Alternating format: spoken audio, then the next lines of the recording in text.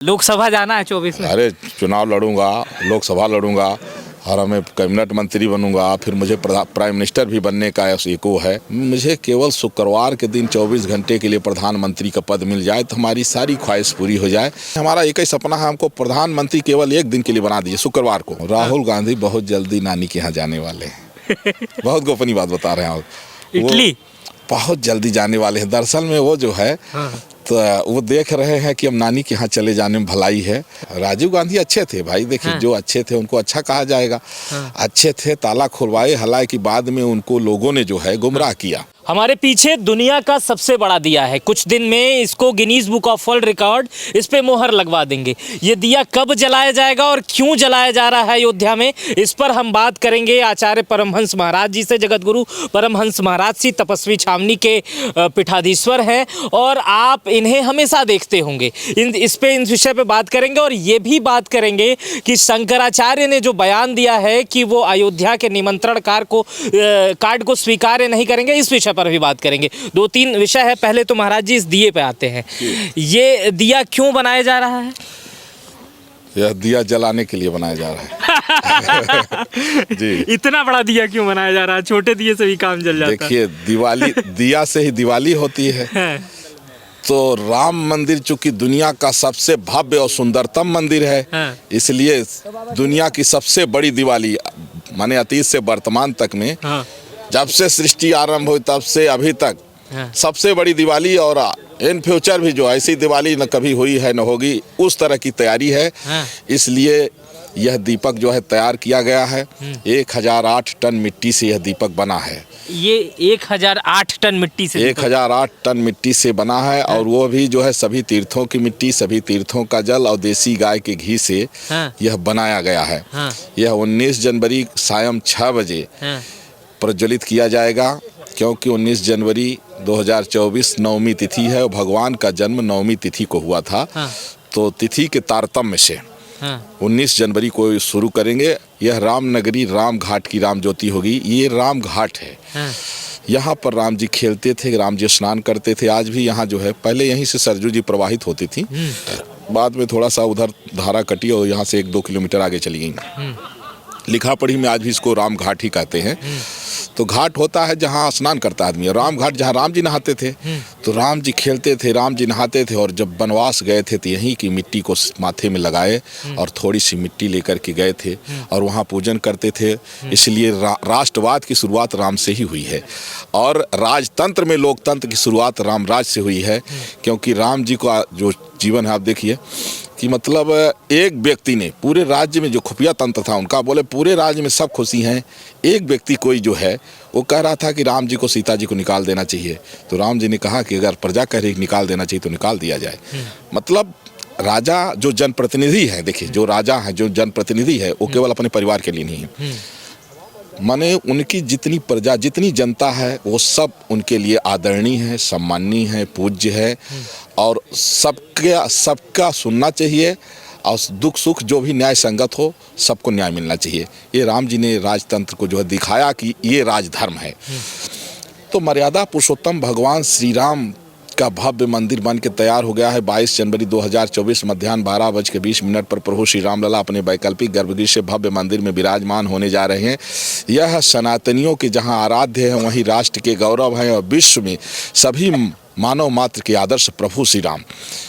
देखिए, जिस समय राम जी यहाँ राजा थे तो भूमि सप्त सागर मेखला एक भूप रघुपत कौशला, संपूर्ण भूमंडल पर राम जी का जो है तो आदर होता था। राम जी के जो है पद चिन्हों पर सब जितने राजा थे सब चलते थे। तो सब जगह राजा होते थे, सब राजाओं के ऊपर महाराज, चक्रवर्ती, सम्राट भारत के थे। उस समय भारत की राजधानी अयोध्या थी, तो अयोध्या नरेश थे। इसलिए जो राम जी का ये मंदिर बन रहा है, तो मंदिर की गरिमा के अनुरूप इस दिया को बनाया गया है, और त्रेतायुग की परिकल्पना के अनुरूप कि त्रेतायुग में होता क्या था। देखिए, जिस तरह से कोई बीजू पेड़ है और कलमी पेड़ है, बीजू पेड़ का आकार बहुत बड़ा होता है, कलमी पेड़ छोटा होता है, लेकिन फल दोनों एक जैसे होते हैं। तो युगों के हिसाब से, जैसे सतयुग की जो लंबाई चौड़ाई थी, फिर त्रेता में थोड़ा कम हुई, फिर द्वापर में और कम हुई, कलयुग में आदमी कलमी जैसे हो गया है, एकदम दिनों दिन नीचे चला जा रहा है। तो उस तरह से जो है यह त्रेता युग का एक एहसास कराएगा। मर्यादा पुरुषोत्तम भगवान श्री राम जी के जो पावन चरित्र हैं, उनके जो आदर्श हैं, इसकी ये जन जन में स्थापना करेगा। इस उद्देश्य से यह जो है तो दीपक तैयार किया गया है। 7.5 करोड़ की इसमें कुल लागत लगी है। एक साल से हमारी 108 टीमें गठित की थी हमने, जिसमें 10 से 15 लोग हुआ करते थे।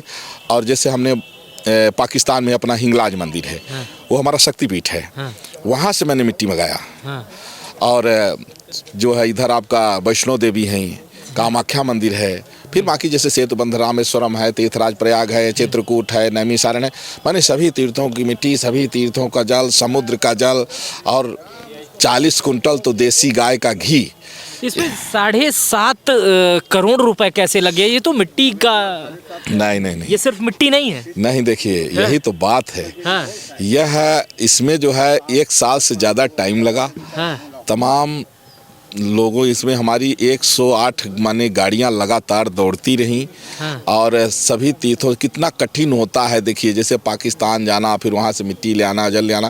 तो इस तरह से जो है 7.5 करोड़ की लागत इसमें लग चुकी है। अभी एक मशीन हमारी आ रही है कलकत्ता से। हाँ। उसको मैंने 60 लाख रुपए पेड किया है। इसको सिर्फ पकाने आ रही है, 2 घंटे में पका देगी। आजकल तो मशीनों को जानते हैं, रात भर में रोड बन जाती है। हाँ। तो इसमें इस तरह से हम लोग तैयार किए हैं कि जिससे राम जी के लिए, जैसे दिवाली का जो उत्सव है ना, ये राम जी से शुरुआत हुआ। त्रेता युग में मर्यादा पुरुषोत्तम भगवान श्री राम जब माता पिता के आदेशों का पालन करके जब वो वनवास को चले गए थे, पूरी अयोध्या सोनी हो गई थी। अयोध्या में कोई उत्सव त्यौहार नहीं मनाया गया। 14 साल के बाद जब प्रभु श्री राम लला वहाँ से लौट करके और अयोध्या वापस आते हैं, तो खुशी में लोगों ने जो दीप जलाया वो दिवाली का त्यौहार बन गया। नहीं, ये अपने आप में एक नया सवाल कुछ दिन में पैदा हो जाएगा कि ये दीपक ही 7.5 करोड़ का है। हाँ।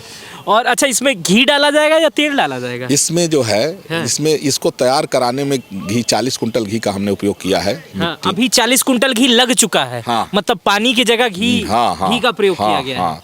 और इसमें भरा क्या जाएगा?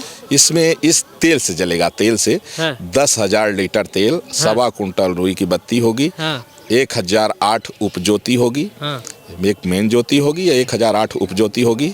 और यह दीपक जो है, बस अब घड़ी नज़दीक आ गई है। 19 जनवरी 2024 सायं 6 बजे यह राम ज्योति रामनगरी राम घाट पर प्रज्वलित हो जाएगी। तो इसे आप ही जलाएंगे या किसी को आपने आमंत्रित किया है? देखिए, आमंत्रित तो हम किसी को नहीं किए हैं। हाँ।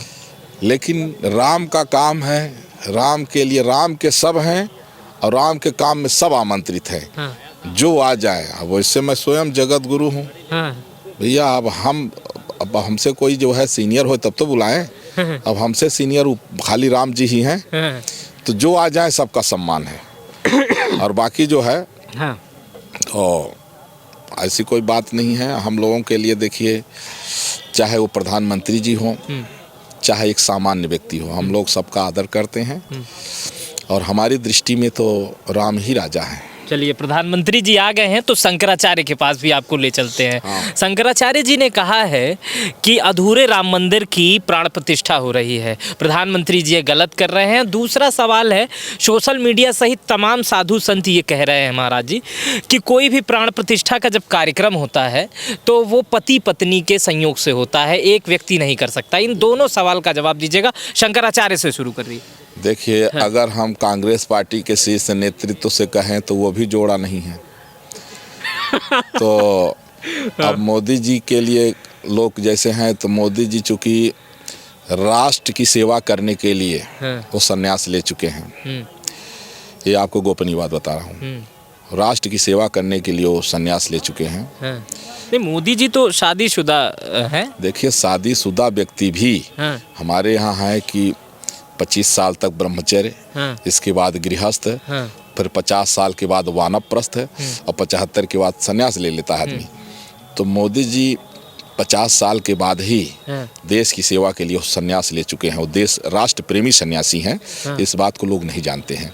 संन्यास ले चुके हैं मतलब वो परंपरा जिस तरह से आम सन्यासी होता है। हाँ, देखिए, संन्यास की जो विधाएं हैं उसमें उन्होंने देश की सेवा के लिए संन्यास लिया है। माने अंतर मन से संन्यास ले चुके। अच्छा, आप भी सन्यासी हैं, वो भी सन्यासी हैं, दोनों में क्या अंतर है?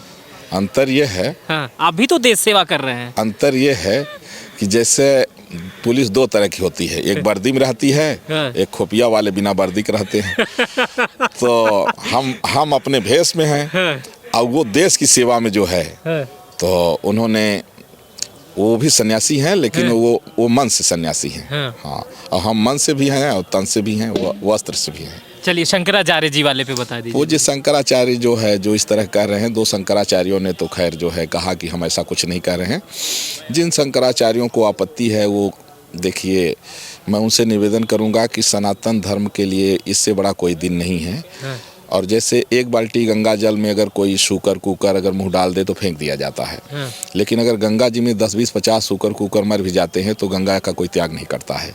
सामर्थ्य की बात होती है। तो यहाँ राम जी के प्राण प्रतिष्ठा की बात हो रही है, जिनका नाम लेने मात्र से सारे अमंगल और अशुभ समाप्त हो जाते हैं, सारे मंगल और शुभों की शुरुआत हो जाती है।